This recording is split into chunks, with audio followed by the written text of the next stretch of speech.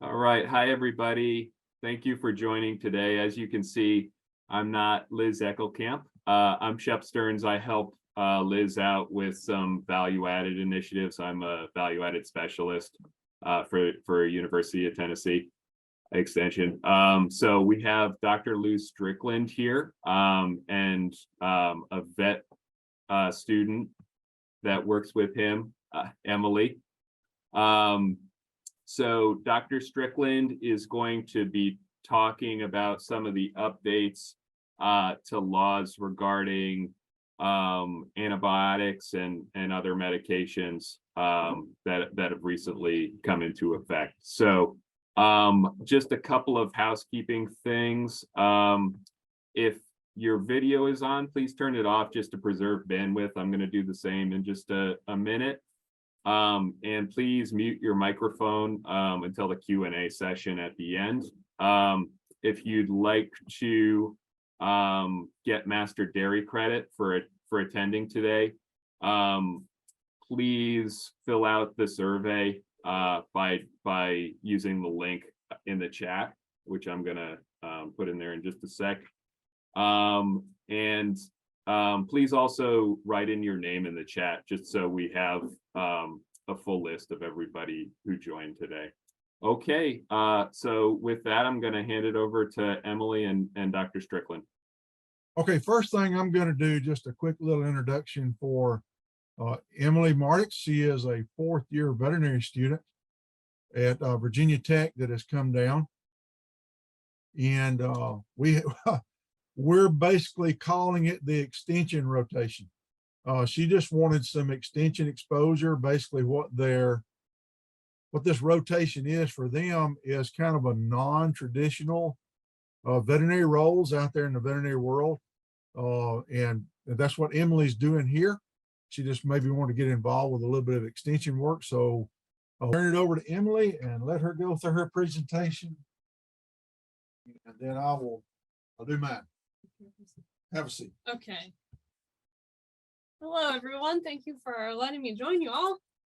So I just have a short little set of slides here about the different hormones that are commonly used in different synchronization protocols. And rather than going through a whole bunch of different protocols, we kind of figured I'd more talk about the practicality and the uses of these hormones and kind of what they do in terms of what they're doing in the cow. And then I also added some stuff in here about human health when handling these drugs. So let's see. Oh no, how do I advance this slide on this computer? Oh, right. Just arrow down right there. Okay, maybe not. Maybe.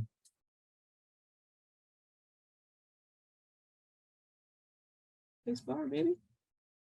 Space bar.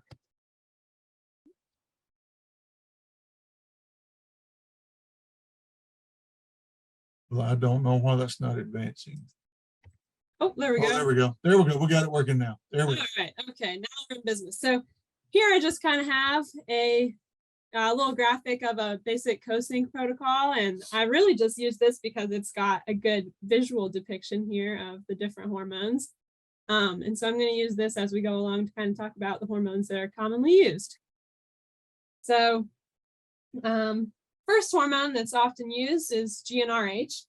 And you probably know it as cisterellin or Factorel or whatever you have with you. And the function of GnRH is to cause follicular activity on the cow's ovary, basically. And it does this by stimulating the release of follicle stimulating hormone and luteinizing hormone from the pituitary gland. And GnRH indirectly causes the formation of a CL on the ovary, kind of with that first injection, and induces ovulation with the second injection. And then also what you're doing with that first injection of GnRH is causing a follicular wave and follicular growth on the ovary. And then that CL that's produced is necessary for later on in the sync protocol when prostaglandin is used and the CL will get lysed eventually. So the CL is a corpus luteum and it's formed on the ovary after ovulation happens. And it secretes progesterone. So a few notes here about human handling. It's always good to wear gloves when you are handling reproductive drugs, but there actually are known side effects to handling GnRH, but always good practice to wear gloves when you're handling reproductive hormones.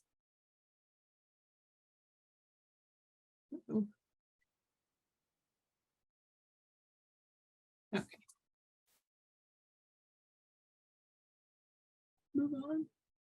Okay, so progesterone essentially halts reproductive activity, and progesterone is contained in cedars. So when you put a cedar in, it's releasing progesterone, and it halts all reproductive activity. So ovulation won't occur, and the cow won't come into estrus, and that's all being prevented just in the presence of progesterone. And so progesterone also mimics the luteal phase that the cow is in. So it sort of mimics that the cow is pregnant. So she kind of thinks she's pregnant. And then when the progesterone's removed, when the cedars are removed after those 7 days, the source of progesterone is removed, and that causes the luteal phase to kind of come to a close. And again, always good to wear gloves when handling reproductive drugs. Progesterone in particular can cause reproductive disorders.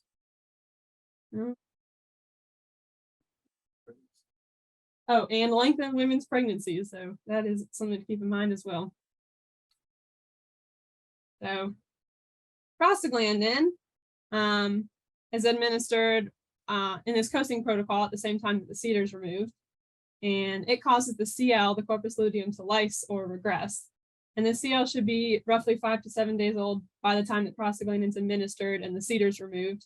And that's why 7 days is allowed to pass between the first administration of GnRH and the cedar implantation, and then when the cedar is removed and prostaglandin is removed, because that allows for the CL to become receptive to the prostaglandin drug. If you were to give it too early, then the CL might not lyse and your cow won't come into heat. So after prostaglandin administration, you should expect cows to come into heat about 2 to 5 days later. And then again, always wear gloves when handling these drugs, and these drugs can cause the termination of pregnancy in pregnant women, and they also act on smooth muscle, so they'll act on the uterus of the cow, but they will also act on lungs in people, so they're dangerous for people to get exposed to, especially people with lung difficulties such as asthmatics. Let's see. And so those are kind of all the big drugs that are used in sync protocols. And if you kind of have an understanding of what they do in general, you can sort of apply them to the protocol that best suits you or that suits your situation. But I do have a couple examples here of some different protocols. So these are some examples of OVSync protocols, and they're similar to CoSync, but used more often in dairy. And they just have an additional handling opportunity. So the time to AI is 16 to 24 hours, depending on the protocol, after the second GnRH injection. And this just allows a little bit more time to elapse to allow the cow to ovulate and come into heat as compared to CoSync. And OVSync works best in lactating dairy cows, is not as effective in heifers.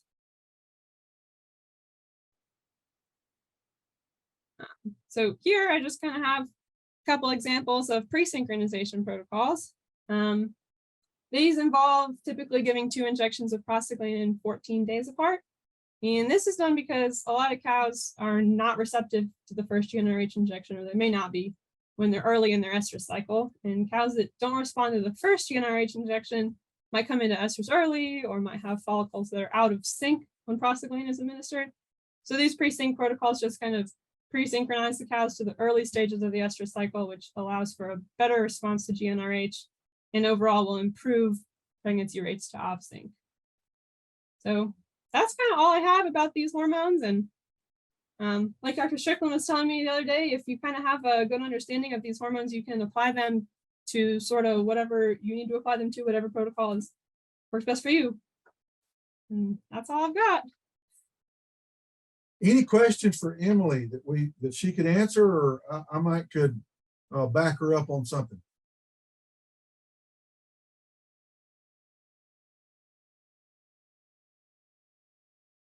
Okay. Well, I appreciate y'all letting me share. Thank you.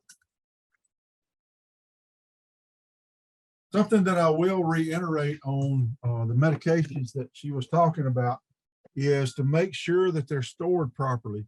One of the issues that I tend to run into, and hold on just a second, we got we got somebody on the chat there. Okay. Password, or just where Shep is sending out the password. Something that I've run into is drugs not being stored properly. It's on the label for a reason. Make sure that that refrigerator is working right, or the area that they're putting it in is dark enough, or those type of things are being handled properly, going to the animal. Another one, this one kind of drives me a little bit nuts, y'all. And I realize this is really, really easy with that cow standing in the lockup, is to give her a shot back in the hindquarters. If you can, try to stay away from that. There's a lot of these cows, a lot of these dairy cows. And I did not realize this, how many of these cows are going into our food supply, until I went over to visit a slaughter facility over in Georgia collecting samples. And I was just overwhelmed by the amount of dairy cows that I saw there. So they're still being used for meat. So BQA, these injections going in the neck and not going in the hindquarters. So that's still really, really important there. So compliance with these shots, storage of these medications, and the way that they're given, all factor into the success of that program and how well they work. And paying attention to detail. I really can't stress that one either. Something that I think about often with these is how well were the shots given? What, were they compliant with their shots? When were they given? Were they given at the right time? That's all going to depend upon the success of that program. Just something that I'll throw in there just real quick. As far as the success of a breeding program in the dairy business, I remember a veterinarian that I know from a few years back. What he started doing, he took over breeding programs in these big dairies. I'm talking 5,000, 6,000 cow dairy. And what he did, he literally went in and said, I will sign a contract to do all of your breeding, all of your reproductive protocols and everything, shots, breeding, everything. And what he would do is he'd go in and give the shots, and then he would go in with an ultrasound, and he would ultrasound these cows. And if the cows were in the right stage of giving those shots in that estrus program, he would measure the follicles. And if they were the right size, they went on to do the breeding. And if they weren't the right size, they got resynced.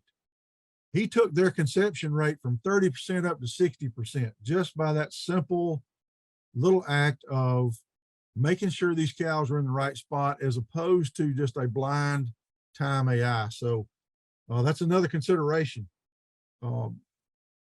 Justin Reinhardt making this statement, I felt like a veterinarian's never charged more than what it was worth to palpate that cow, ultrasound that cow, make sure she's in the right spot. So any questions before we move on to the next topic?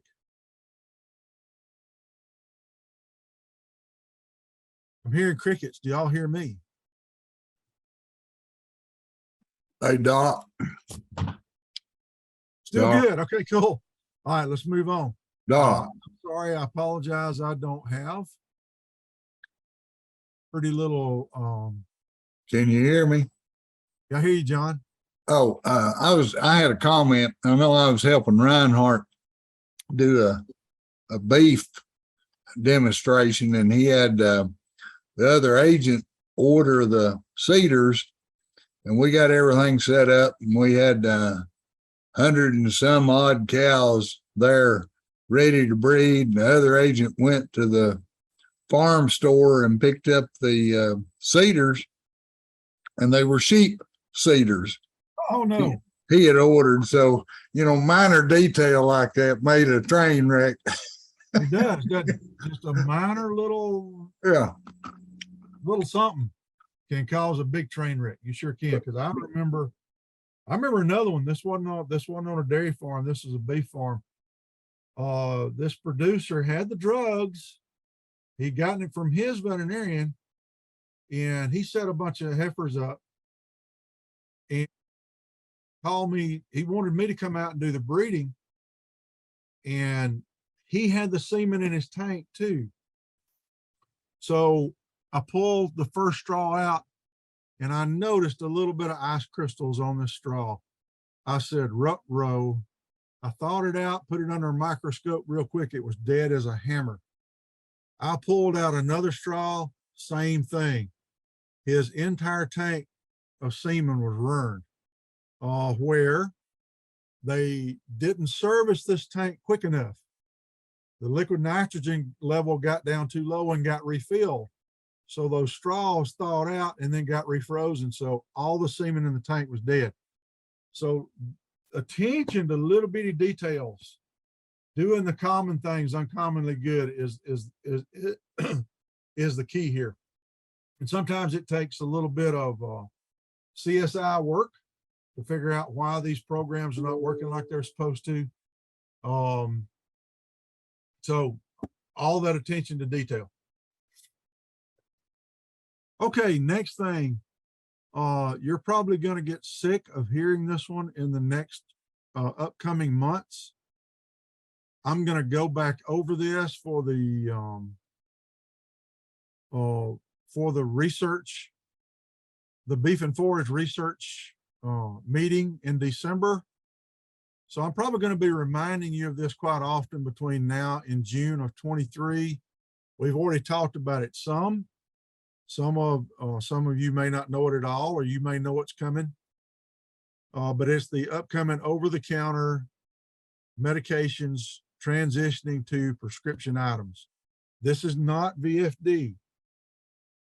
This is over-the-counter medications, and that basically, I've got a list if you want it. I am more than happy to send you this list if you want it. I have a list of all the medications that are going to be affected by this. But if you simply break it down, it literally breaks down to penicillins, oxytetracyclines or chlorotetracycline, and sulfas. It all breaks down to those three medications. Those are the ones that producers can still walk into the store and they can purchase those over the counter without a script out the door. So we started talking about this back in 2017 when the VFD came out. And we said, get ready, in the next few years, the over-the-counters are going to transition to. I really thought it was going to be sooner, and I think it was going to. But that little thing called COVID came along, and it got shoved to the back burner. So now that COVID's kind of gone away, we're kind of halfway getting back to normal practice that we had before COVID came along. And now they've decided to push this. So what will happen is, once again, they will have to develop a veterinary client-patient relationship with a veterinarian, a practicing veterinarian, to be able to get these scripts. I feel like a lot of these dairy producers are already there.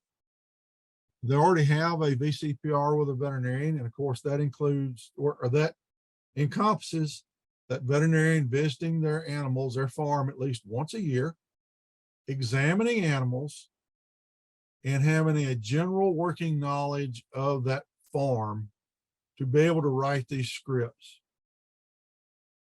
Now, here's part of this that is a little bit different than human medicine.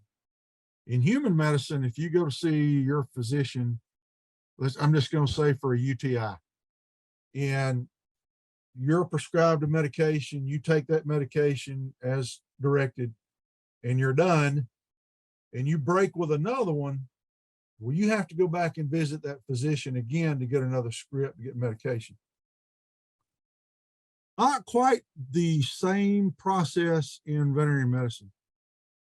If that producer establishes that VCPR with that veterinarian and they get one script, well, they don't have to have the vet come back out to get the second script for almost an identical or even different animals. They can call them up on the phone, and because that veterinarian has a working relation, working knowledge of that farm, they can call that veterinarian up and get another script written. They will not have to visit the farm every time they need a script written. I get that question all the time. Will I have to have the vet back out? No, they will not. So they can get a different script written just by calling on the phone, as long as that vet is coming out at least once a year. Now, they will have to come out at least once a year. This not open-ended next year or the next year after that. That vet has to be out there at least once a year. And I highly recommend they're out there more than that. Because we all become, I don't know how to say it, we get our blinders on. Where we see this same thing on the farm every day, and golly bum, after a while, we kind of get blinders on, and we don't see something that's an obvious boom to somebody that walks out there and is just seeing the farm brand new. Because you may literally walk out there, have the vet walk out there and go, "Oh, have you noticed that?" And it may particularly relate to the problem that they're having on the farm. So it's good to have somebody out every once in a while, even extension agents out on the farm every once in a while, just to walk around and say, "Hey, have you noticed that over there? Have you noticed this type thing going on?" And they might go, "Oh, you know what? I hadn't seen that. I've been so doggone busy. I've not even seen that." So that's why I think it's really, really important to have somebody out there different on the farm examining the stuff. Now, this will also include intramammaries. And this is not just injectable antibiotics or the oral pill antibiotics. This is also intramammaries. So that veterinarian will have to write a script for the intramammaries too. The biggest thing that's going to affect is if that producer is going out to local feed store or online ordering or whatever of today or tomorrow, or Alba Dry or Albacillin, or good gracious, I can't keep up with all the intramammary treatments. I know there's another one that's penicillin based that I'm not coming up with right off the top of my head. Any of those intramammaries are going to be affected with this as well. And don't tell the producers. I don't know if there's any producers on here today or not. But if you're talking to producers, they're complaining that they're being singled out and not everybody else. Well, everybody else is being put into this too. You can't walk in to the store and go, "Oh, I'm buying this for my horse," or "I'm buying this to treat my dog with." Nope. Doesn't work that way either. Everybody's in on this one. Nobody's being singled out here. Everybody will have to have a script to buy any sort of antibiotic in the store. Here's what I don't know. I don't know how many of these feed stores, mom and pops, will continue to carry antibiotics when this kicks into gear. Because think about it, when you get a script from your physician, and to get it filled, you go into a pharmacy. Well, you hand it to a pharmacist that reads it and fills it. I don't know how that's going to work. I've not seen anything from FDA or USDA on how that's going to work. I don't know. I don't have an answer for that question. So it may be that these feed stores, especially the smaller feed stores, will even participate anymore. I'm thinking that the larger stores will. Co-ops, a lot of co-ops have veterinarians on staff. So I could see the co-ops or maybe Tractor Supply, they'll continue that. Online stores, online vet supplies will. They most likely have a pharmacist or a veterinarian on staff. Now, something else you got to make sure that they understand. They do not have to purchase that antibiotic from their veterinarian. They certainly can. That's certainly an option, but they're not required to. That veterinarian can write a script and send it to Valley Vet if they wish, or Jeffers Vet Supply. I used to do that all the time. I had folks, because I didn't have that much room to store things, I didn't bother with keeping that much medication on my truck. I used MWI Vet Supply. Literally, if I went to John's house to visit an animal, do a visit there, and John needed medication for that animal, I kept just enough on my truck just to initially treat that animal. I could call MWI. If I called MWI before 2 o'clock in the afternoon, it would be at John's house the next day. So that's what I did. I didn't necessarily sell a whole lot of antibiotics off my truck. I literally just would order it from MWI, write a script that way, or either call it in myself and boom, it's at John's house the next day with a script on it, telling John how to use it. So they don't have to buy it from the veterinarian unless they just simply want to. They can request their veterinarian to write a script to Valley Vet or whatever online vet supply that they choose to use.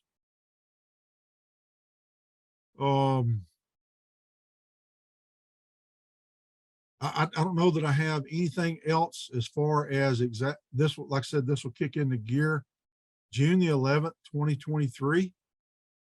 I just want to get that bug in your ear to hey, pay attention, it's coming. It's too late to make any comments on this anymore. At one point in time, we could write in, we don't want this, but now it's too late. I do have this, well, let me stop.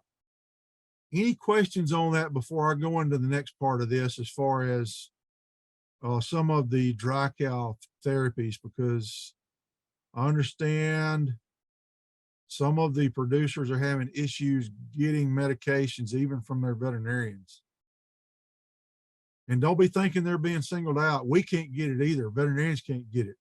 I don't know if this is a COVID thing where they simply have not caught back up with production yet. I don't know. We've not been given an explanation why we can't get it. So any questions on that? It's literally kind of straightforward. There's no curveballs to it. It's, you know, it's bend over, here it comes.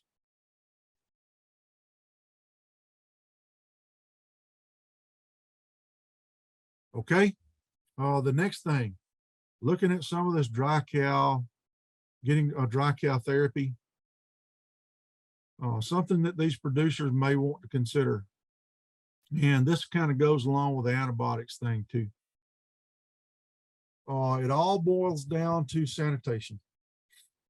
The cleaner the hygiene, the better off we're going to be, especially with mastitis, dry cow therapy. A lot of you know that a lot of cows, and we used to do this too when I was in the dairy business, it was just blanket dry cow therapy. Everybody got dry cow dry off. Everybody got it. Tube of antibiotics up the quarter, a dry cow a tube. Well, with the issues that we're having, getting this medications, one of the possibilities is selective dry cow therapy. And this certainly goes along with antibiotics resistance too, is not just blanket treating everybody, is just simply doing selective dry cow therapy. I did find one study, it was a little bit old, but it said that less than 20% of cows that get these blanket cow therapy even need it to begin with. Because less than 20% even had an infection to begin with. Now, where I could make a case for wanting to perform that dry cow therapy is on a staff cow. Some staff cows will clear up just a little bit using dry cow therapy, but not all of them, but some will. So I could potentially see an argument for using blanket dry cow therapy on these staff cows. But that kind of goes along with the selective dry cow therapy too, is looking at these cows, doing somatic cell counts, and that could be simply with the CMT plate. Of course, you can go the electronic version, but DHI, excuse me, DHIA records. Knowing if that cow even needs treating is kind of like the deworming that I talk about at some of these meetings of quit deworming these cows. If they don't need it, why give it to them? You're just causing resistance. The same with the antibiotics. If they don't need it, why give it to them? So we're kind of looking at reducing resistance. We're looking at reducing cost on the farm. And we're looking at selectively treating cows that need treating.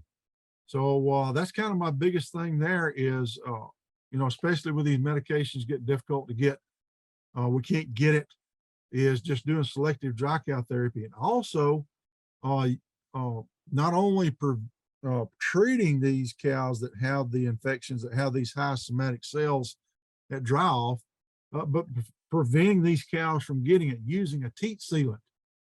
Orbisil, I know there's a couple of others that are out there. Just simply using Orbisil. Don't Orbisil and some sort of sealant dip when you're drying these cows off, where it seals everything off, and that infection is not able to get up into the teat canal, street canal. So just simply using that. I wish I had some numbers to present it to you. If Liz is on here, I know she's called. I think she's going to do this by phone call today. I'm not sure or not. Or Shep may even know some numbers on looking at just simply doing teat sealants and seeing how well that works as far as preventing mastitis. So I'll give a little pause there to see if Shep or if Liz has anything that they want to interject there. I don't know offhand. I don't think Liz was able to join. She's at the milk quality conference in Kentucky. So sorry Okay. about that. That's a little outside of my area. I do more with the dairy products. Sorry, Dr. Strickland. Okay. Not a problem at all. It's one of those, I always like to ask you, because I know there's smarter folks than I am on here. If you've read anything anywhere, it's hard for me to keep up with all the literature, but I would be interested in seeing some sort of data from that. Just simply doing a teat sealant, how well that works as far as preventing mastitis in the next, upcoming lactation, in the next lactation. I really wish I had more, but that's kind of what I got, y'all. Certainly, if you don't have any questions now, you're certainly welcome to, send emails, that kind of thing to help. And I know you're going to get questions from producers. I certainly will. Well, I've got an article.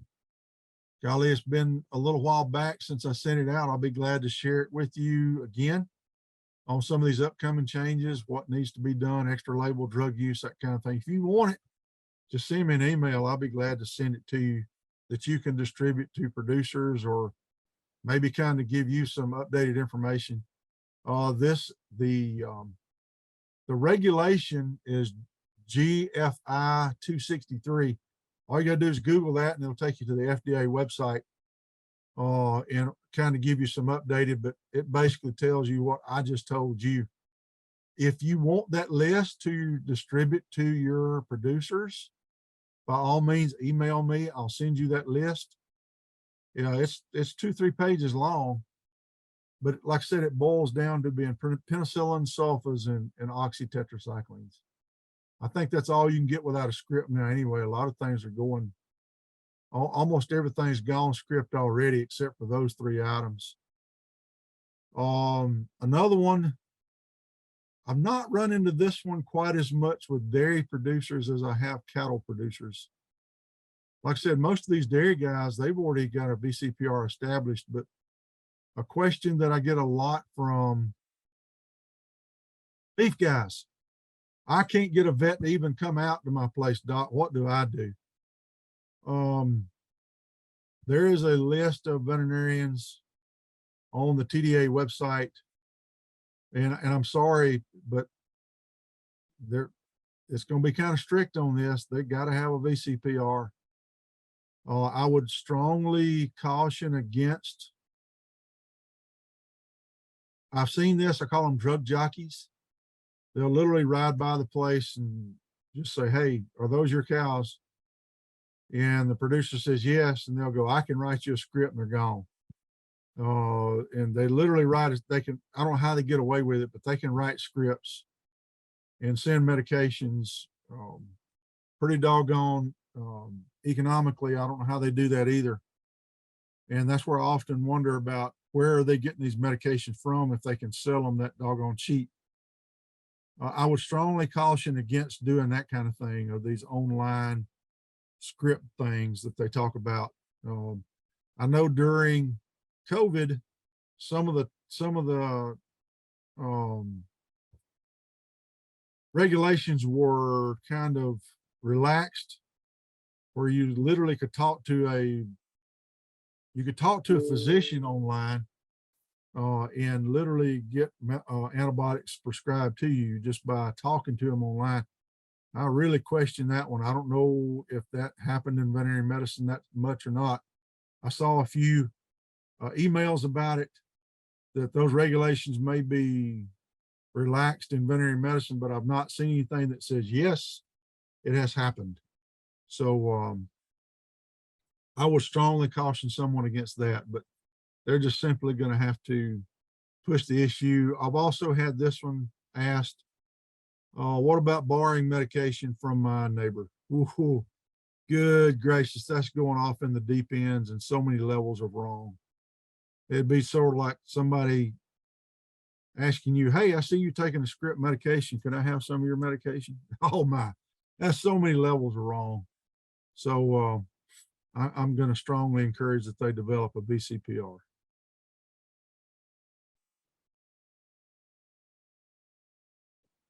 All right, anything else? So, Dr. Strickland, I just wanted to ask, is there anything in particular on the management end that you observe with dairy producers that you would recommend either doing or not doing? I know Liz often, I think her pet peeve is when she drives around and she sees cows out to pasture that are their udders are submerged in ponds on pasture land. Are there other sort of management practices that you often see that lead to, whether it's mastitis or other herd health issues?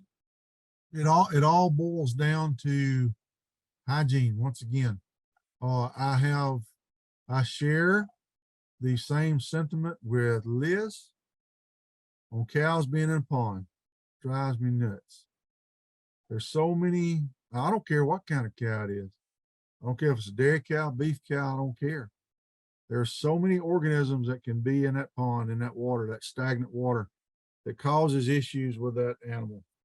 And of course, mastitis is the one that everybody has got to be so worried about, because they're trying to sell a quality product, you know, and with somatic cell regulations, and then of course, trying to keep these cows healthy, mastitis, milk quality, hygiene, milking procedures. But yeah, I walk on these farms, I see hygiene issues, and I realize, good gracious, I've been there, done that. I was in it for 25 years, y'all. You're busier than a one-armed man hanging striped wallpaper already. And then there's all this other stuff that all of us extension agents and specialists are telling them to do. But hygiene is I walk out there, I see water quality issues. These cows are walking up to the water trough. They want to drink water, but the water's got algae growing in it. And this can be literally water troughs in the loafing barn, where they're not cleaned out on a regular basis. They got algae growing on it. Golly, I want to drink the water, but doggone, I don't want to drink that nasty water. And they turn around and leave. Being able to keep the lots clean enough, or the loafing barn clean enough, or the bedding clean enough, milking procedures done the right way, the right protocol, wearing gloves, the right dips. We used to do this. We had the poor boy back flush. I don't know if y'all know what that is, but that's literally taking a water hose and spraying up inside the inflations between cows when you're changing the milkers. Giving it just a second to let that water drip out. Solution is the dilution for pollution. So you got cows that's coming off one cow going to the next. If you don't know it's a staph cow or not, if you've not identified that staph cows, that's at least reducing the exposure load before it goes to the next cow. Those kind of things. Milking those staph cows last. especially if they're not, if that staff cow, if her somatic cell is not blowing the tank up, she can still be milked and put in the tank, but milk them last. Identify those cows, those somatic cell counts that dry off, so you'll know who to treat and who can just simply have a sealant, those kind of things. That's kind of my big issue right there. And also, I remember doing this a bunch when I was in practice. I always also learned it when I was in fourth year. We had an elective that literally we went out and we just looked at the milking equipment, make sure it's working properly, that it's not over milking cows, the automatic takeoff's working like it's supposed to. The vacuum's not too high. That's a good way to call it over milking. And the vacuum being too high is a good way to cause everted teat ends, teat canals. And now you got a cow that can't protect herself from the outside world because that teat sphincter is not going to work like it's supposed to. So all of those type things are things to pay close attention to.